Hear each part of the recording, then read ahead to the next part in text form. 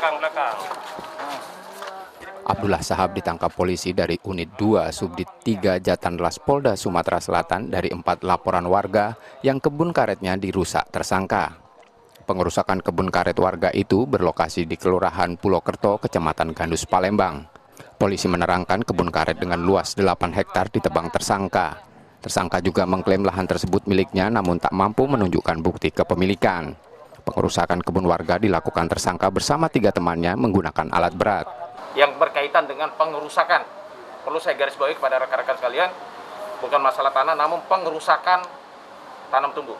Alasan dia mengerusak itu apa, Bang? Karena dia merasa dia memiliki lahan. Namun kita tidak berbicara masalah lahannya dulu. Dan pengerusakan ini, tanam tumbuh ini adalah milik dari orang yang sudah memilikinya dan ada hasil dari sananya. Kalau dari korban sendiri ada sekitar 8 hektar. Kalau korban untuk dia pelaporan di sini.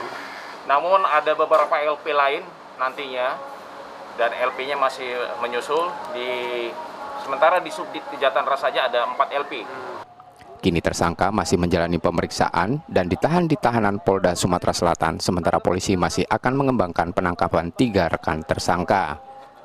Reski Oktora, Muklas Diferensial, Kompas TV Palembang, Sumatera Selatan.